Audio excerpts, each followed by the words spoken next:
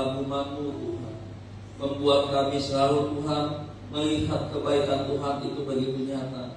Di dalam segala hal Engkau terus ada bersama dengan kami. Engkau sungguh Allah yang tidak pernah meninggalkan kami. Terima kasih Bapa yang baik, pagi ini kami mau duduk diam. Kami izinkan Tuhan berbicara bagi kami. Sampaikan apa yang menjadi pesan Tuhan bagi kami, supaya kami belajar semakin hari kami berjalan menurut kehendak Tuhan, bukan kehendak kami. Terima kasih Bapa. Kami setiap kami izinkan Roh Kudus bekerja untuk mengurapi setiap kami. Kami percaya kami sangat diberkati pada hari ini. Pujilah nama-Mu kekal selama-lamanya di dalam nama Tuhan kita Yesus Kristus. Dan kita siap menerima berkat Tuhan bersama-sama kita katakan amin. Amin. Silakan dulu Bapak Ibu Saudara yang kasih Tuhan. Puji nama Tuhan. Shalom semuanya. Shalom. Apa kabarnya Bapak Ibu Saudara pagi hari ini? Luar biasa. Luar biasa. Sangat dahsyat, luar biasa. Pastor Douglas sudah menyampaikan luar biasa karena kita punya Tuhan yang hebat, dahsyat, luar biasa Bapak Ibu Saudara. Pagi ini saya ingin menyampaikan kebenaran firman Tuhan. Judul khotbah saya hari ini adalah jangan jadi orang pikir. Ya.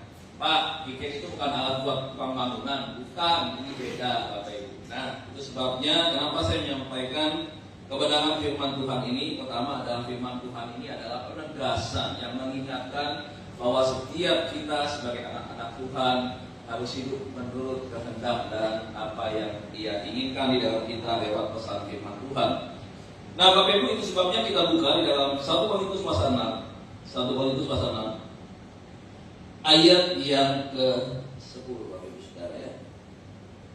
Matius pasal 6 ayat yang ke-10.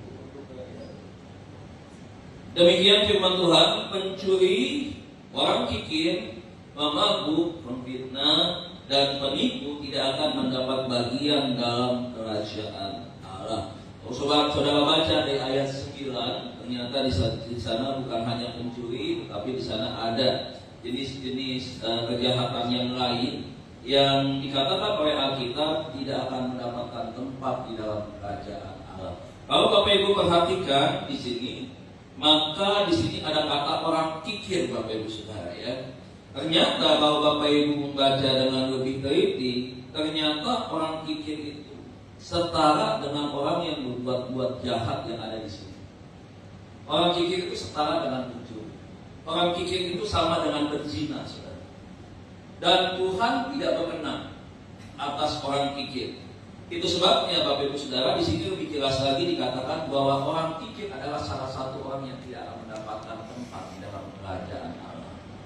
Tuhan tidak suka dengan orang kikir.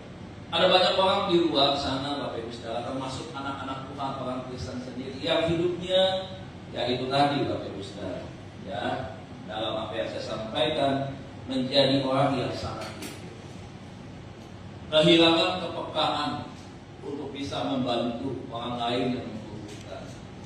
Artinya dikuasai oleh hawa nafsu.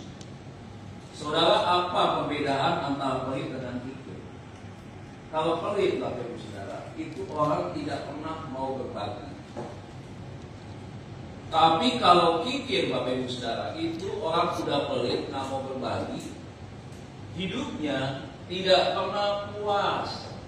Hidupnya selalu dikuasai oleh apa? Hawa nafsu untuk terus ingin kaya, ingin semakin banyak hartanya. Hatinya diarahkan kepada materi, kepada uang, bukan kepada Tuhan. Di mata Tuhan ini adalah salah satu bentuk kejahatan, saudara. Dia tidak punya kasih kepada sesama. Itu sebabnya kita belajar untuk kita merenungkan kembali kebenaran firman Tuhan ini. Ternyata firman Tuhan ini sedang menegaskan kepada kita, sedang memberikan peringatan kepada kita semua Bapak Ibu Saudara. Kalau kita diberkati, jangan kita menjadi orang yang kikir. Kita berkata di mana hartamu berada, di situ hatimu berada. Hatinya nggak pernah jauh dari chat, hatinya nggak jauh dari money, hatinya nggak jauh dari apa? Dari okani, tepeng dan seterusnya. Terus mengejar segala sesuatu berkaitan dengan uang, punya rasa ketakutan akan kehilangan uangnya. Nah, bukankah hari ini Bapak Ibu Saudara begitu banyak orang juga begitu? Merupakan Tuhan sebagai prioritas, mengejar fasilitas, mengejar uang, mengejar materi sebagai sebuah target yang utama. Nah, itu sebabnya kita mau belajar hari ini. Itu perbedaan antara pelit dan kikir, Bapak Ibu Saudara. Nah, apa sih yang menjadi ciri-ciri orang kikir? Sulit yang pertama, dia untuk bisa berbagi kepada orang lain. Orang kikir ada dua tipe. Tipe pertama adalah dia menyiksa dirinya. Ya, artinya apa? Dia pun hidup makan ya seadanya begitu. Walaupun secara materi dia punya. Beda ya Bapak Ibu Saudara, kalau memang kita tidak punya. Tapi ini dia punya, secara materi dia punya. Begitu. Tetapi dia menyiksa dirinya. Misalkan makan kangkung setiap hari cuma 1 ikat, Bapak Ibu Saudara. Itu bisa makan 3 kali. Nasinya banyak, lauknya dikit. Begitu. Menyiksa dirinya. Begitu. Nah yang kedua, ada orang yang kikir, tetapi untuk dirinya sendiri. Dia bisa makan apa aja, tetapi untuk dirinya sendiri. Tetapi dia tidak pernah berbagi. Tidak pernah berbagi. Nah itu ciri yang pertama. Ciri yang kedua apa Bapak Ibu Saudara? Ciri yang kedua adalah selalu merasa tidak pernah cukup. Tidak pernah ada puas. Kalau uangnya kurang sedikit, dia berpikir bagaimana cara menambahnya. Aduh minus bokeh ini. Aduh gimana caranya ini. Minimal setiap Saudara. Setiap Saudara. Berarti ada plus gopek. Kalau cuma gopek, duit itu sering nggak bisa. Kalau setiap. Akhirnya apa? Dikejar, berusaha. Makanya sayang sekali kalau uangnya menjadi kurang. Bapak Ibu, problem ini terjadi juga banyak di gereja-gereja. Sayang untuk memberi, aduh, kita cari duit susah-susah begini. Zaman lagi begini, kita saya kasih ke gereja. Bayangkan, untuk Tuhan saja. Orang pikir bisa hidup-hidup. Bapak Ibu, kita perlu belajar dari ada seorang janda miskin yang datang ke gereja. Dia datang ke rumah ibadat. Orang kaya pamer dengan berlebihan. Dia memberi Bapak Ibu Saudara bawa uang mungkin karung-karungan atau dalam bentuk tas ransel mungkin hari ini. Dia memberikan itu, lalu dia masukin lagi uang segepok, lebih segepok begitu dia masukkan. Wah, pamer dengan kekayaan. Dia ada seorang janda miskin yang datang ke rumah ibadat. Dia mempersembahkan dari satu-satunya uang yang ia punya. Dia memberikan semuanya itu. Saudara, apa yang kita bisa lihat dari sini? Yang kita bisa lihat di sini adalah bagaimana si perempuan ini memberikan semuanya dengan ketulusan kepada Dia. Dia tahu menghargai itu, dia tahu sumber berkat itu adalah Allah. Tapi orang pikir Bapak Ibu Saudara, pikirannya bisa diubah. Pikirannya bisa menjadi orang yang maaf Bapak Ibu Saudara, menjadi orang yang tanda kutip bodoh. Nah, itu sebabnya Bapak Ibu Saudara, kita belajar daripada ciri-ciri. Ciri yang ketiga adalah mudah sekali Bapak Ibu Saudara untuk apa? Untuk segala sesuatu memikirkan tentang diri. Itu ciri yang egois. Nah, yang keempat Bapak Ibu Saudara, takut kehilangan harta. Merasa harta adalah sumber keamanan yang paling utama di dalam dirinya. Uang bisa membawa dia kepada satu zona nyaman. Uang itu bisa membuat dia merasa senang, merasa cukup. Dan dia merasa bahwa dengan uang ini apa yang dia inginkan semua bisa terpenuhi dengan baik.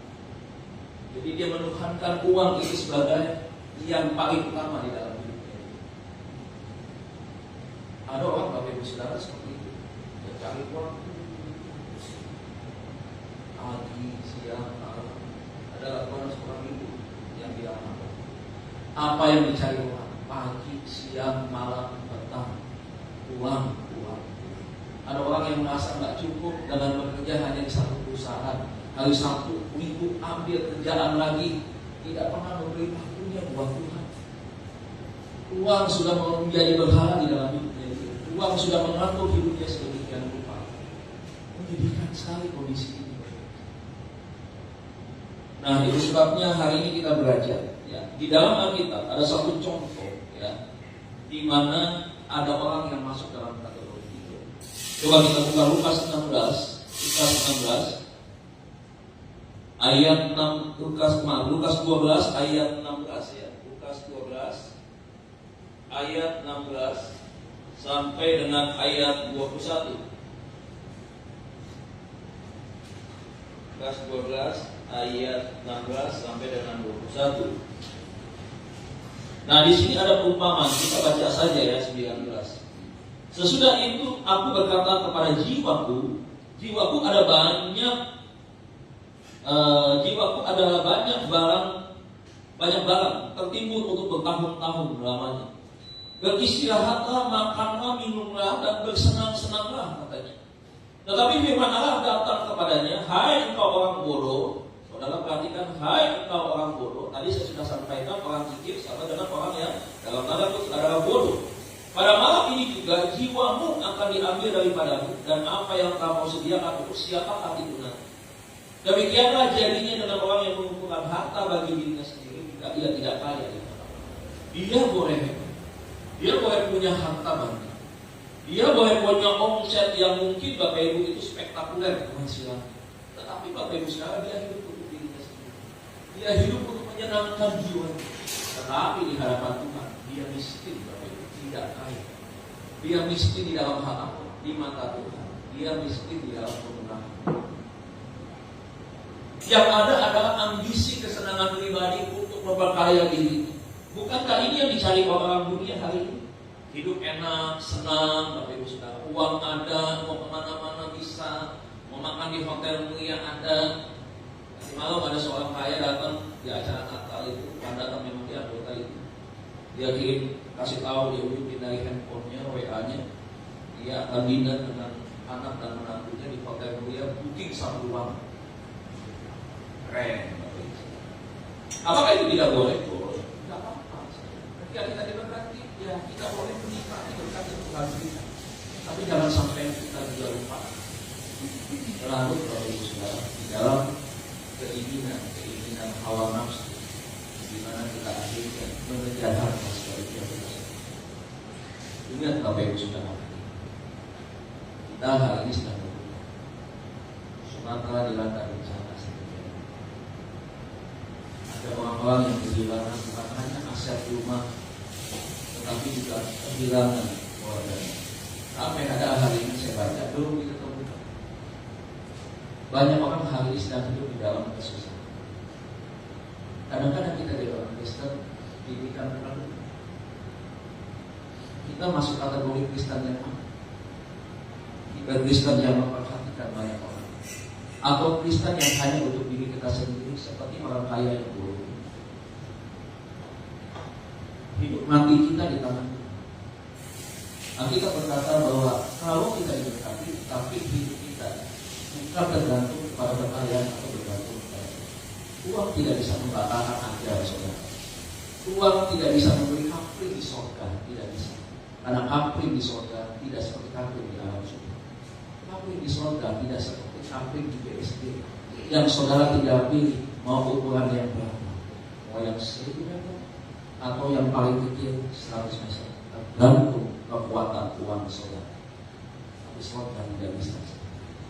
Pikirkan hidup kita di dunia ini, kamu tidak bisa membawa sampai kepada saudara kalau kau hidup tidak. Kalau kau selalu hidup hanya untuk kepuasan dan kesenangan. Contoh yang kedua, Kisah Rasul 5 ayat 1 sampai 11, tapi kita lihat tidak semua, tapi saudara. Kisah Rasul 5, kisah tentang Ananias dan Safira. Saudara perhatikan betul di sini ayat 3. Tetapi Petrus berkata, Ananias, mengapa hatimu dikuasai oleh siapa?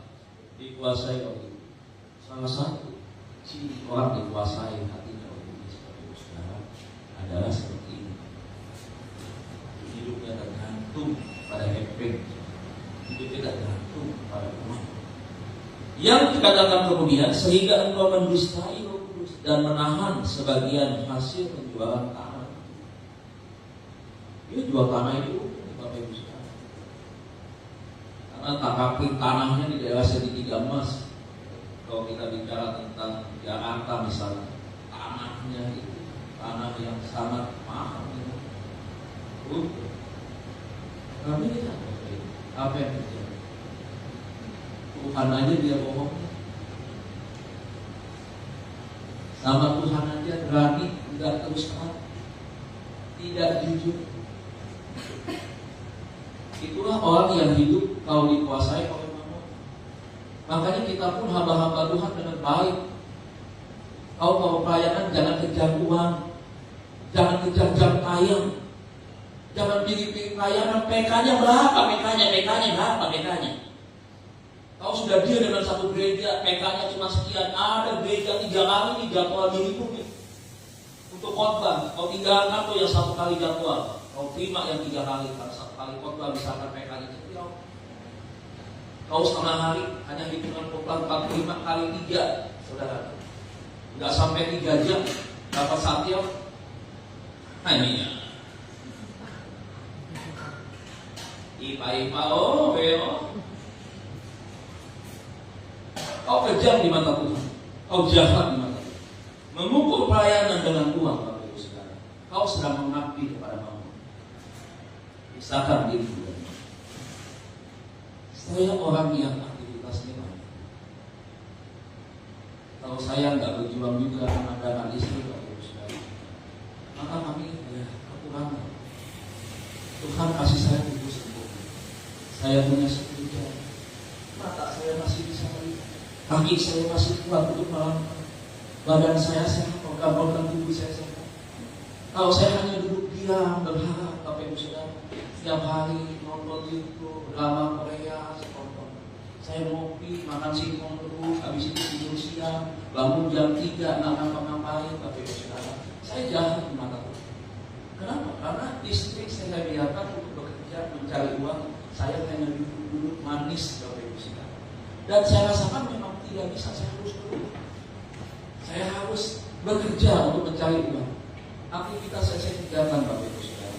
Ya, itu banyak, tapi saya harus bisa kasih. Tapi apakah saya mengejar uang? Tidak. Ada pembagian waktu saya, Pak. Saya nggak pernah minta pelayanan kepada mahasiswa saya. 9 tahun saya jadi dosen. Anak murid saya S2, S3, banyak yang jadi guru. Tanya mereka, apakah yang namanya dosen Deddy Kurniawan pernah minta jadwal khotbah di gereja mereka? Seperti dosen-dosen lain minta. Sebelum tutup semester nih, kita ayo jadwalin saya. Bergantung dengan apa? Nilai minta. Saya nggak pernah begitu. Buat saya kalau kau pelayanan dipercayakan Tuhan hari ini pelayanan pergilah. Berangkatlah, layani Tuhanmu dengan baik. Pak, saya nggak punya ongkos, jalan nanti Tuhan akan cukupkan. Ya setidaknya ongkos adalah. Tapi kalau kita di rumah sudah berhitung-hitung tentang materi. Makanya banyak orang hari ini bangga dengan pelayanan, posting. Saya pernah ada di zona ini, Bapak Ibu Saudara. Saya lupa diri akhir. Yang saya banggakan adalah gue-nya, bukan Tuhan yang saya banggakan. Menurut saya pelayanan di posting atau tidak posting, Bapak Ibu Saudara, itu bukanlah sebuah kebanggaan, bukanlah berarti Tuhan memakaimu, tapi kau hati-hati, setan bisa memakaimu dengan menyelipkan kesombongan di dalam setiap jadwal pelayanan. Saya tidak cari uang, Bapak Ibu Saudara. Saya hari ini saya merasa kalau saya udah lama-lama udah cukup, saya bekerja harus bantu rumah tangga. Saya mengajar badminton, masuk tahun ke-17, Bapak Ibu Saudara. Saya merasa saya tidak bisa bayar asuransi saya nih, Bapak Ibu Saudara. Apa yang saya kerja? Saya cari tambahan lagi. Saya punya kareta, pulang ngajar dari sekolah. Saya atur waktu, jam 4 kira-kira tak kerja, oke, jam 4 saya terima rest, jam 4 sampai jam 6. Saya masih melatih badminton. Saya pulang rumah jam 8 malam, Bapak Ibu Saudara. Saya punya jam kerja itu cukup panjang dalam satu hari, Bapak Ibu ya. Di hari biasa itu saya paling banyak itu sekitar 5 jam saya ada di sekolah. Sisa harinya 3 jam. Nah, kali-kali 5, Bapak Ibu. Belum lagi ditambah jam 5 badminton. Dan badminton diulang. Apalagi saya mengajar teologi. Kalau enggak, Bapak Ibu Saudara, saya tidak bisa bayar asuransi. Asuransi saya bayar dari tanggung saya sendiri. Saya tidak pernah ngobrol dengan istri saya. Nah, apakah kalau saya nggak jaga hati saya tidak belajar mammon? Saya bisa mengejar mammon. Tapi saya berusaha, Bapak Ibu, menguasai hati saya untuk jangan sampai saya terjebak kepada mammon. Jangan sampai akhirnya saya menjadi orang yang tidak pernah puas. Dan pada akhirnya ketika saya punya uang, saya merasa sayang untuk saya belanjakan. Saya merasa sayang untuk saya berbagi. Ada orang miskin, susah, kelaparan, saya pura-pura tidak punya uang. Seringkali kan banyak begitu. Kalau belum saya nggak punya uang, begitu. Kita punya uang. Tapi sekarang kita bisa berbohong sama orang. Gue nggak punya duit, gitu. Nggak punya duit, padahal ada duit. Kita lebih rela bohongin orang dibandingkan kita membeli. Itu tipe tiket. Nah, Bapak Ibu, apa yang menjadi hal penting bagi kita pembelajaran pada hari ini? Saudara, saya mencatat ada beberapa hal. Bagaimana kita apa bahayanya bagi orang yang pikir. Yang pertama, saudara, menjauhkan seseorang dari Tuhan. Coba kita buka 1 Timotius 6 ayat 10 ya, tadi ya. Kita ulangi lagi. Orang pikir, Bapak Ibu Saudara, itu bisa menyebabkan kehilangan kepekaan, kehilangan kasih, bahkan kepada anggota keluarga kita sendiri. Di Amerika ada seorang yang sangat terkenal, jadi stigma negatif di dunia sampai hari ini. Namanya Happy Green. Happy Green, Bapak Ibu Saudara, itu seorang pewaris yang dari keturunan orang kaya. Sejak umur 6 tahun, dia sudah main-mainnya itu tentang laporan keuangan. 13 tahun sudah berkecimpung di dalam bisnis perusahaan. Kalau saudara dengan Wall Street ya, di Amerika, itu adalah dari dia. Nah, Happy Green ini, Bapak Ibu Saudara ya, ini menjadi orang yang sangat pelit sekali, sangat pelit. Satu kali, ya, anaknya sakit. Waktu anaknya sakit, Netflix, ya, itu dia cari rumah sakit yang gratis. Dia putar-putar cari rumah sakit gratis. Kenapa? Karena dia tidak membayar kaki pelit. Dia punya baju yang dia pakai itu hanya itu aja terus. Underwear-nya dia saja, Bapak Ibu, sudah rusak bertahun-tahun dia pakai itu, dia jahit lagi, dia perbaiki. Padahal dia pewaris diwariskan waktu itu 100 juta US dollar. Kalau sekarang kurang lebih 4 miliar dolar. Saya hitung dengan nilai kurs sekarang, kalau dirupiahkan, dia punya aset 66,8 triliun. Tapi lihat, buat hidupnya dia menyiksa diri. Anaknya sampai kehilangan kakinya diamputasi karena apa? Karena dia berusaha cari-cari dokter yang gratis dan ternyata terlambat untuk menolong anak. Hidupnya betul-betul saudara tidak menikmati kekayaannya sampai dia dipanggil. Makanya Bapak Ibu Saudara, sedikit orang Kristen ada di luar hidup. Buat diakonia jalan untuk memberi. Orang tua asuh sudah hampir tidak ada. Yang ada pembangunan gereja, sewa gereja di mall yang besar, yang lokasinya strategis, yang banyak orang kaya di situ. Berharap puluhannya besar. Kita buka di tempat ini bukan cari perpuluhan dengan baik. Kita tidak mau memenuhi jemaat tanpa kualitas. Lebih baik 2-3 orang berkumpul dalam nama Tuhan tapi kualitasnya terbangun, dibandingkan banyak mengumpulin orang kualitasnya tidak ada. Buat apa? Gereja jadi tempat sarang untuk mencari hiburan, menjadi tempat kumpul-kumpul, nongkrong datang mainin handphone. Firman Tuhan tidak lagi menjadi fokus untuk dia tangkap, dia dengar. Dia lebih menghormati handphonenya dibandingkan menghormati hadirat. Pasang itu drone dari atas, saudara lihat. Syuting itu lihat apa yang dikerjakan oleh jemaat. Tahu kami handphone, notifikasi bunyi, tweet, shopping. Diskon nih, kita buka. Firman Tuhan sedang diberitakan dari mimbar. Hamba Tuhan sedang serius menyampaikan firman Tuhan. Tuhan sedang berbicara, anak-anak Tuhan di bawah sedang buka-buka Shopee, buka-buka Instagram, WA selfie. Itu ada di berita. Kok ngumpulin orang macam begini di gereja, Bapak Ibu Saudara? Saya nggak pernah bangga dengan banyak jemaat, tapi ke gereja cuma begitu doang. Lebih baik 2-3 orang seleksi jemaat yang baik.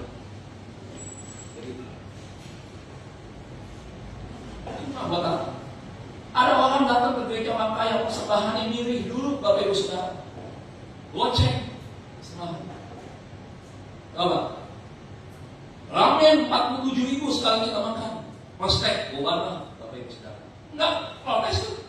Makan kita bisa nikmatin. Tapi buat pekerjaan Tuhan goceng 2.000. Kali parkir di mall per jam baru masuk 3.000. Ibadah 2 jam, ngoceng. Bapak Ibu. Halo? Coba, bisa membuat kasih kita kepada Tuhan jadi hilang. Pada hajian yang kita terima ini datangnya dari Tuhan sebagai sumber berkat segalanya. Yang kedua, Bapak Ibu Saudara, apa bahayanya bagi orang yang kikir? Yang kedua, merusak hubungan dengan sesama. Coba bisa Amsal 3 ayat 28. Tadi saya sudah sedikit singgung di sini. Amsal 3 ayat 28. Bapak Ibu bisa bantu ayat 3, Amsal 3 ayat 28. Apa yang dikatakan firman Tuhan, pesannya bagi kita semua, termasuk buat saya pagi hari ini. Amsal 3 ayat 28. Janganlah engkau berkata kepada sesamamu, pergilah dan kembalilah, besok akan kuberi sedangkan yang kita ada padamu. Omdo Pak Bu, omong doang, janji-janji doang, mulutnya manis, janjiin orang. Besok datang lagi ke sini ya, jam 3 ya, bukan mempermainkan orang itu. Dia lagi butuh hari ini, Pak Tom, Pak Pris, Pak Haji udah usir saya nih sebentar lagi. Sejak lagi kok saya gak keluar, saya harus tinggalkan perkara ini. Saya bingung Pak, perabotan banyak, anak sekolah belum pulang hari ini. Saya harus berkemajuan bagaimana? Karena tidak punya uang, harus saya labuk untuk pindahkan barang Bapak Ibu Saudara. Saya tidak punya uang, tolonglah hari ini saya harus bayar dulu, nanti saya usahakan 5 hari lagi pasti saya carikan uang. Sedapatnya saya akan kembalikan. Aduh sorry ya, saya nggak ada duit ya hari ini ya. Aduh kalau bisa sih, coba besok ya, saya bantu ya, coba ya bantu. Apa susahnya Bapak Ibu Saudara? Coba taruhan Pak Haji, berapa nomor rekeningnya? Gua M-Banking, good.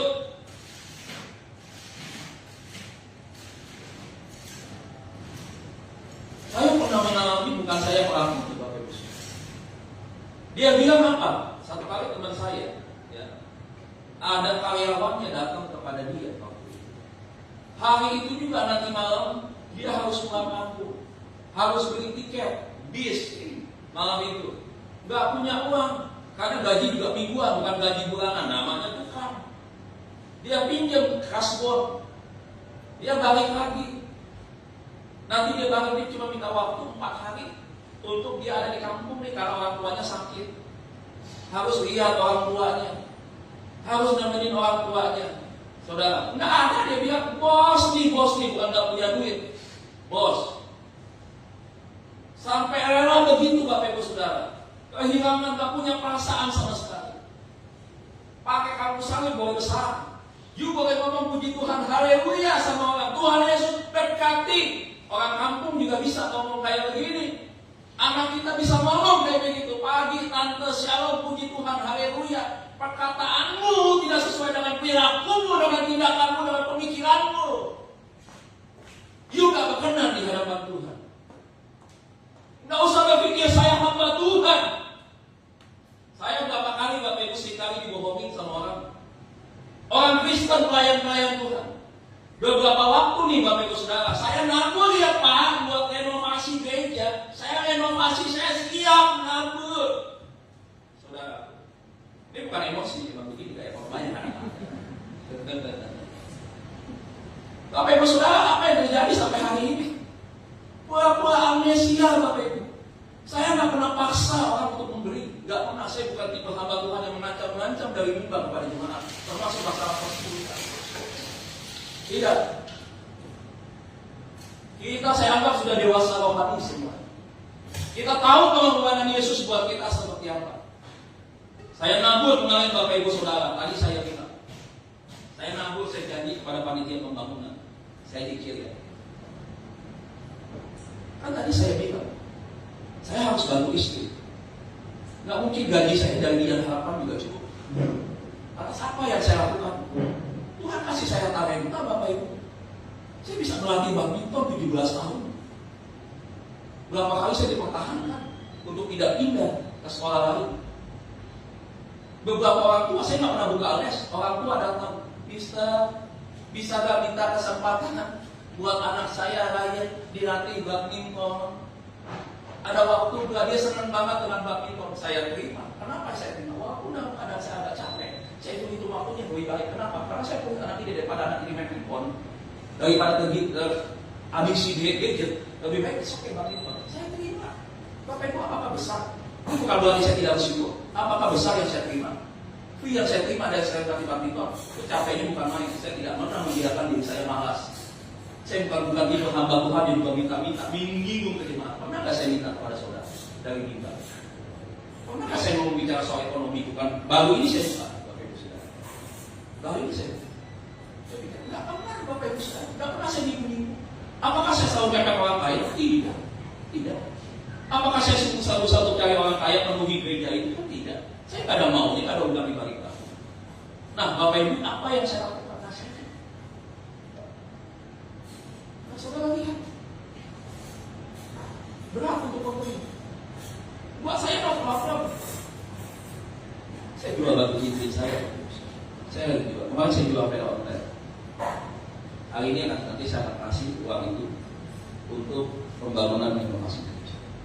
Masa jemaat diberkati, gembalanya tidak nabur, gembalanya tidak diberkati. Apakah kalian yang dia menabur, saya yang diberkati? Tidak, saya juga harus ambil bagian untuk saya diberkati. Berapapun nilai nominal yang saya beri, hati saya buat Tuhan bisa diuji.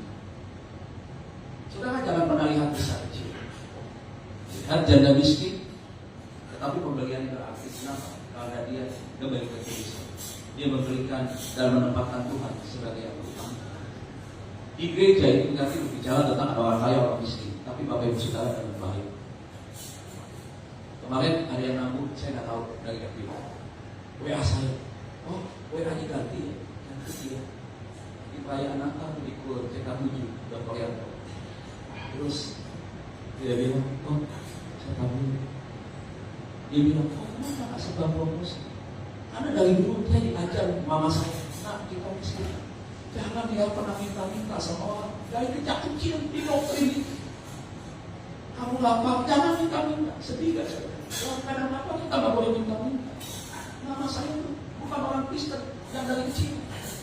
Waktu dia belum jadi Kristen, diajarin juga jangan minta-minta. Rumah orang jangan serabutannya. Kalau dikasih orang terima kasih. Ya, salam, kasih salam. Kalau dikasih, diajar ke bawah sampai hari ini. Makanya saya tahan, saya malu dia bakal berkosa. Beberapa teman saya, murid saya punya uang kaya Bapak Ibu Saudara. Tapi kemarin dia kasih saya pencerahan. Oh, ini kan uang bukan buat koko. Ini kan uang kamu kok. Koko nggak mau bagikan. Yang itu saya tahan. Orangnya uang pembangunan.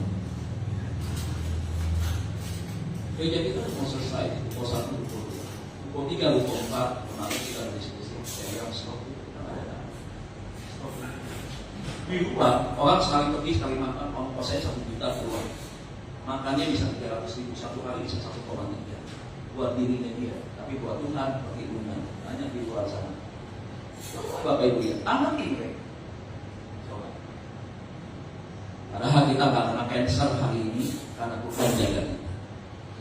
Usaha kita jalan, lancar, anak kita hormat, sopan, studinya berhasil karena Tuhan.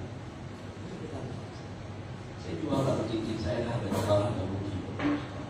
Saya suka koleksi batu cincin. Sepeda Honda yang saya belikan keluaran Jerman tahun 30-an, saya ini kemarin pagi. Belum orang, Pak ada lagi yang bilang nggak ada.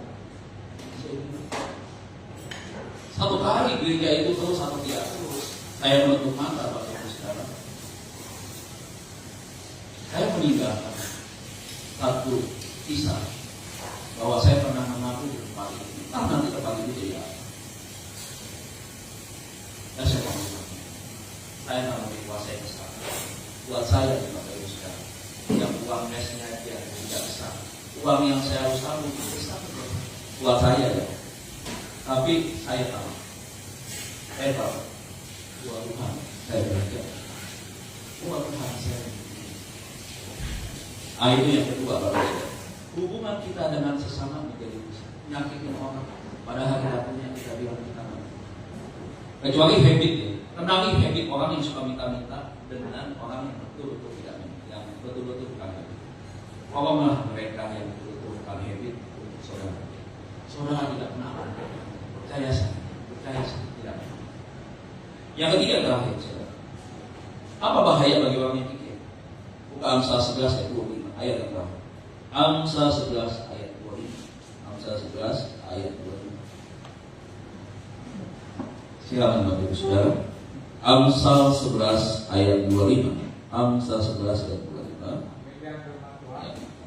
Siapa banyak memberi berkat, diberi kelimpahan. Siapa memberi minum, dia sendiri akan diberi minum. Amin untuk firman Tuhan. Ini pesan Tuhan sebagai penutup buat kita. Jadi ingat, ketika kita memberi, kita jadi suka berkat, kita pun akan diberkati. Tapi ingat, kita harus punya motivasi yang benar waktu kita memberi. Saudara berikanlah itu sebagai sebuah panggilan hati saudara. Berikan dengan ketulusan. Masalah Tuhan memberkati, ada gereja-gereja mengajarkan klaim janji Tuhan 30, 60, 100 kali lipat. Tuhan ajar sama Tuhan. Lu main klaim aja. Kita seharusnya memberi itu sudah pantas, layaknya kita harus memberi. Kalau Tuhan suruh kasih saudaramu, berarti kan langkah kita adalah mengikuti saran Tuhan, petunjuk Tuhan. Kasih saudara kita, berikan kepada dia, beri saudaraku, karena Tuhan yang menyuruh. Saudara, sekarang kita kurang ajar janji-janji klaim Tuhan. Jadi itu bayar premi berapa sama Tuhan? Asuransi mana? Ini gitu. Apakah Tuhan di kerajaan surga ada bicara soal asuransi? Begitu. Enggak perlu saudara buka klaim, saudara berikan saja. Udah. Ada yang bilang kalau kau memberikan 10.000, kau akan diberkati 100 kali ganda. Artinya kalau you kasih teman, you saudara bisa dapat 1 juta, atau saudara bisa dapat 600.000, 300.000. Coba berspekulasi, berjudi, pasang lotre, podcast, SDSP di dalam gereja. Jahat sekali kau di hadapan Tuhan. Jahat kau di hadapan Tuhan. Jangan ikuti pengajaran-pengajaran model yang kayak begitu. Jangan jadikan mimbar gereja hanya bicara soal duit. Tapi duit kau mengabdi pada Mammon, bukan mengabdi pada Tuhan. Cari bekerja dong dengan tangan kamu, dengan tenagamu. Cari kerjaan yang halal sesuai dengan apa yang kau terima. Itu berkatmu, ucap syukur kepada Tuhan dengan baik. Jangan pernah merasa nggak pernah puas. Tuhan masa segini kan saya udah nabur Tuhan, saya kan udah ngasih, saya kan donatur yang paling gede. Ayo lipat gandakan 30 kali 60. Waduh, misalkan lalu lipat gandakan lagi 100 kali lipat begitu. Jadi nuntut sama Tuhan, ngatur Tuhan, mengikuti kemauan kita. Bukan yang jahat tuh. Kita ngatur-ngatur orang tua kita di rumah. Ada kalau sama orang tua kebiasaan begitu ya. Tapi sama Tuhan jangan coba-coba, jangan main-main. Mari kita memberi berkat Bapak Ibu Saudara. Bagikan itu. Ya, naik Gojek lebihin.